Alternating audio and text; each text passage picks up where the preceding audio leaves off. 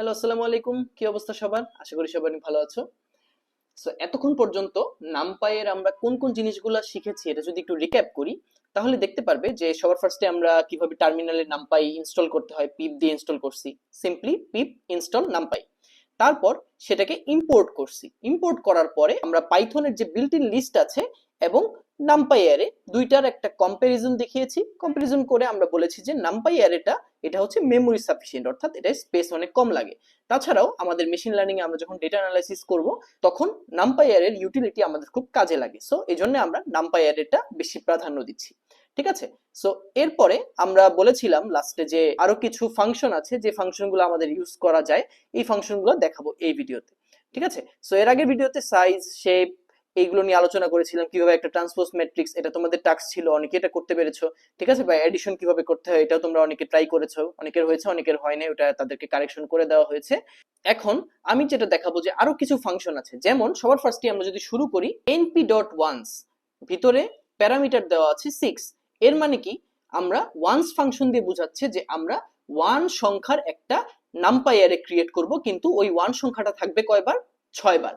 এখন এই কোডটা যদি আমি রান দিই, আমি জাস্ট প্রেস করব রান সিলেক্টেড সেল, তাহলে দেখো আমাদের একটা অ্যারে রিটার্ন করবে।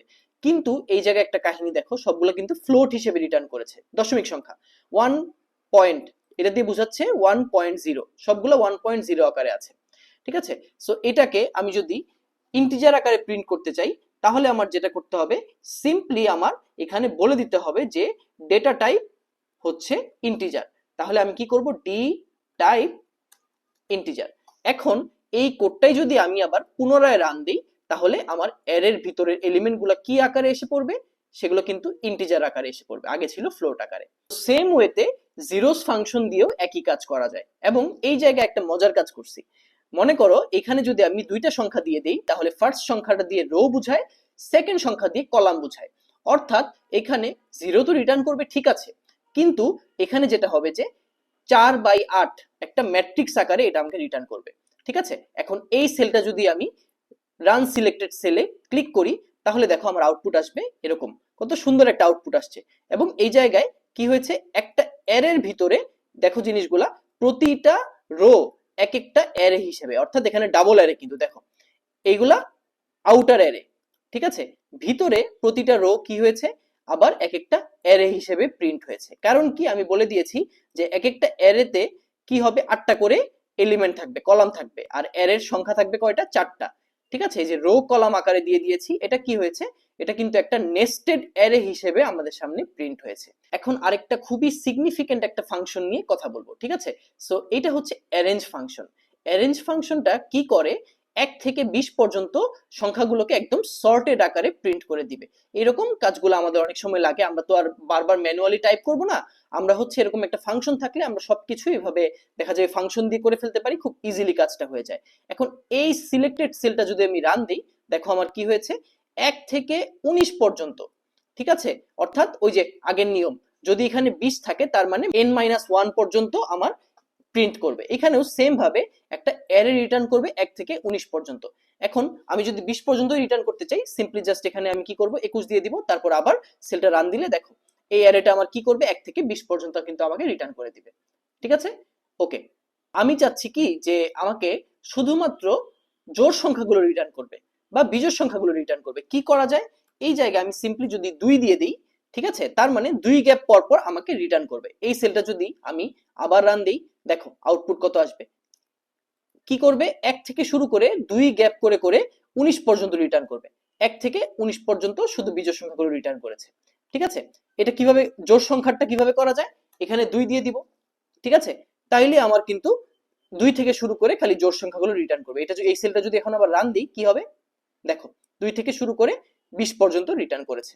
আচ্ছা, এখন আমরা ব্যাক করব যে জায়গায় আমরা কি শিখেছিলাম, যে জায়গায় আমরা অ্যারেঞ্জ করেছিলাম অড নাম্বার অনুযায়ী। এখন এই অ্যারেটাকে আমি কি করব, রিশেপ করব। এখানে দেখতে পাচ্ছি আমরা কয়টা, 10টা বিজোড় সংখ্যা আছে। আমি চাচ্ছি যে এটাকে আমি রিশেপ করব। ঠিক আছে। অর্থাৎ ম্যাট্রিক্স আকারে প্রকাশ করব। এই কাজটা কিভাবে করা যায়, a ইকুয়াল টু, আমি কি করলাম, আগের যে ভ্যারিয়েবলটা ছিল এটাকেই আমি আবার ওভাররাইট করলাম। ওভাররাইট করে আমি রিশেপ ফাংশন ইউজ করে আমি বলে দিলাম 2/5 ফরম্যাটে প্রকাশ করতে। এখন এই কোডটা যদি আমি রান দেই তাহলেই দেখবা আমার যে অ্যারেটা আছে, অ্যারেগুলো আমাকে কি হিসেবে রিটার্ন করবে? নেস্টেড অ্যারে হিসেবে। অর্থাৎ এইটা একটা রো, এর ভিতরে আছে 1 3 5 7 9, আর বাকিটা আছে 11 13 15 17 19, এটা আরেকটা রো এর ভিতরে। ঠিক আছে, এবং এক একটার মধ্যে 5টা করে এলিমেন্ট আছে। সো আমাদের মাঝে মাঝে এরকম হয় যে ডাটাগুলোকে ভিজুয়ালাইজ করা লাগে। ঠিক আছে, তখন আমরা এই যে রিশেপ ফাংশন ইউজ করতে পারি, অ্যারেঞ্জ ফাংশন ইউজ করতে পারি। এগুলো মূলত আমাদের ডাটা ভিজুয়ালাইজেশন ফাংশন। ঠিক আছে, এবং এগুলো আমাদের কাজগুলোকে আরো অনেক ইজিয়ার করে দেয়। আমরা যখন ডাটাগুলোকে ইন্টারপ্রেট করতে পারবো এক্স্যাক্টলি কি বোঝানো হয়েছে, তখন কিন্তু আমাদের কাজটা অনেক ইজিয়ার হয়ে যায়। আচ্ছা, এখন তোমাদের জন্য টাস্ক থাকবে, একটা অ্যারে হচ্ছে 0 থেকে 18 পর্যন্ত, আর আরেকটা অ্যারে হচ্ছে 20 থেকে 38 পর্যন্ত। এই দুইটা অ্যারে কি করতে হবে? দুইটা অ্যারেকে যোগ করতে হবে। ঠিক আছে, এবং যোগ করার জন্য আমার অবভিয়াসলি এটাকে কিভাবে যোগ করতে হবে? সো এই দুইটাকে যোগ করার আগে আমার যে কাজটা করতে হবে, আগে আমার এটাকে রিশেপ করতে হবে যাতে আমার যোগফলটাও রিশেপ ফরম্যাটে আসে। সো রিশেপ করা লাগবে এমন ওয়েতে যাতে একদম সবকিছু সমান থাকে। ঠিক আছে, মনে করো যে 6/3 ফরম্যাটে আমাকে রিশেপ করতে হবে। এখন এই কাজটা হচ্ছে তোমাদের টাস্ক। এ আর বি দুইটা সংখ্যা, একটা হচ্ছে 0 থেকে 18 আর একটা হচ্ছে 20 থেকে 38 পর্যন্ত, এই দুইটা অ্যারে। এই দুইটা অ্যারেকে যোগ করতে হবে। যোগ করে যে আউটপুটটা আসবে, এই আউটপুটটাকে রিশেপ আকারে প্রকাশ করতে হবে। এই ভিডিওতে আমরা প্যান্ডাস নিয়ে আলোচনা করব। তো প্যান্ডাস হচ্ছে একটা ডেটা অ্যানালিসিস লাইব্রেরি। এটা কি করে? আমরা যে ডাটা ফরম্যাট নিয়ে কাজ করি, অর্থাৎ আমাদের যে ইনপুট ফাইলটা থাকে, ঠিক আছে, হতে পারে সেটা সিএসভি ফাইল, হতে পারে এইচটিএমএল ফাইল, হতে পারে কোনো অডিও বা ভিডিও। তো এইগুলো কিভাবে অ্যানালিসিস করতে হয়, কিভাবে এগুলোকে ম্যানিপুলেট করতে হয়, ঠিক আছে, এই কাজগুলো পান্ডাসের সাহায্যে খুব ইজিলি করা যায়। তারপর প্যান্ডাসে আরো কিছু সুবিধা আছে, যেমন বিভিন্ন ধরনের ফাইল যদি থাকে, ফাইলের ফরম্যাট, অর্থাৎ এখানে এইচটিএমএল হতে পারে, জেসন ফাইল হতে পারে, সিএসভি ফাইল হতে পারে, এক্সএলএস ফরম্যাট হতে পারে, যে কোনো রকম ফাইলেরই ইন্টিগ্রেশন করা যায়, অর্থাৎ সেগুলোকে ট্যাবুলার ডেটায় কনভার্ট করা যায়, এবং এটার মাধ্যমে কি করা যায়? রিড এবং রাইট করা যায়। সো আমরা এই ভিডিওতে প্যান্ডাসের মূলত দুইটা অপারেশন, যেটা আমাদের একদম খুবই খুবই খুবই কাজে লাগবে, সেটা হচ্ছে ডেটা ফ্রেম আর হচ্ছে সিরিজ, এই দুইটা দেখবো। সো সবার ফার্স্টেই আমাদের যেটা করতে হবে, নামপাইয়ের মতো প্যান্ডাসটাও ইনস্টল করতে হবে। ঠিক আছে, পিপ ইনস্টল প্যান্ডাস। প্যান্ডাসের ক্ষেত্রে আমার দুইটা ফাংশন খুব ইউজফুল, একটা হচ্ছে ডেটা ফ্রেম আর একটা হচ্ছে সিরিজ। এই দুইটাই আমরা দেখবো। ডেটা ফ্রেম দিয়ে কি করা যায়? ডেটা ফ্রেম দিয়ে একটা টেবিল ক্রিয়েট করা যায়। ফর এক্সাম্পল, আমি এখানে টেবিল ক্রিয়েট করতে চাচ্ছি যেখানে ইয়েস আর নো দুইটা এন্ট্রি থাকবে। সো আমি যেটা চাচ্ছি, আমি চাচ্ছি কি একটা টেবিল ক্রিয়েট করতে। ঠিক আছে, এই টেবিলটার মধ্যে ইয়েস থাকবে, নো থাকবে দুইটা এন্ট্রি, এবং প্রতিটার আলাদা আলাদা করে ভ্যালু দেওয়া থাকবে। ঠিক আছে, দুইটা ইউজারের জন্য, ফর এক্সাম্পল 0 আর 1 এর জন্য। এখন এই কোডটা যদি আমি রান দিই, তাহলে আমার একটা টেবিল ক্রিয়েট হয়ে যাবে। এই টেবিলে 0-র জন্য কি হয়েছে দেখো, ইয়েস আছে 50টা আর নো আছে 131টা। এখানে যেভাবে আমি কোডটা দিয়েছি ঠিক এইভাবে আমাকে আউটপুটে দেখিয়েছে। সো আমরা ডেটা ফ্রেম ইউজ করে কি করতে পারি? একটা টেবিল নিজেদের থেকে ক্রিয়েট করতে পারি। আচ্ছা, এখন আসি আমরা সিরিজের কাজে। ঠিক আছে, সো এইখানে মনে করো 1 থেকে 5 পর্যন্ত একটা অ্যারে সিরিজের মধ্যে দেওয়া হয়েছে।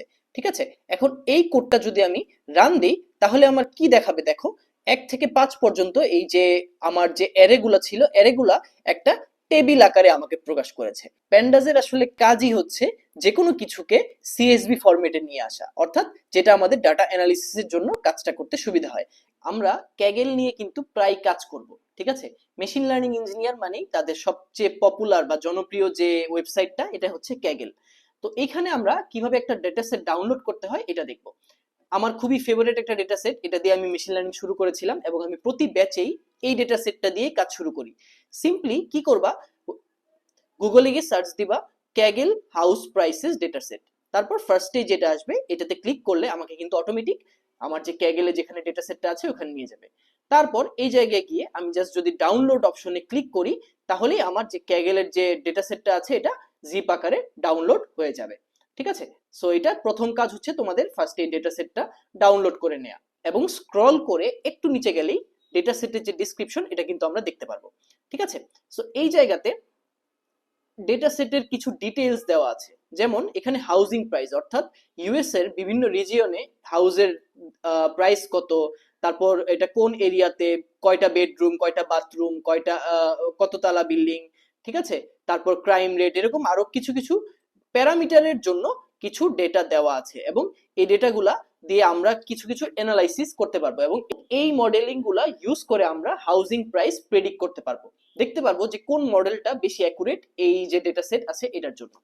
সো ডাটা সেটটা আমরা ডাউনলোড করেছি, ডাউনলোড করার পর আমরা দেখতে পাচ্ছি যে এখানে কতগুলো এন্ট্রি আছে, ঠিক আছে। এখানে এরকম করে ফিল্ড আছে হচ্ছে এ থেকে এন পর্যন্ত, ঠিক আছে, এবং ডেটা আছে খুব সম্ভব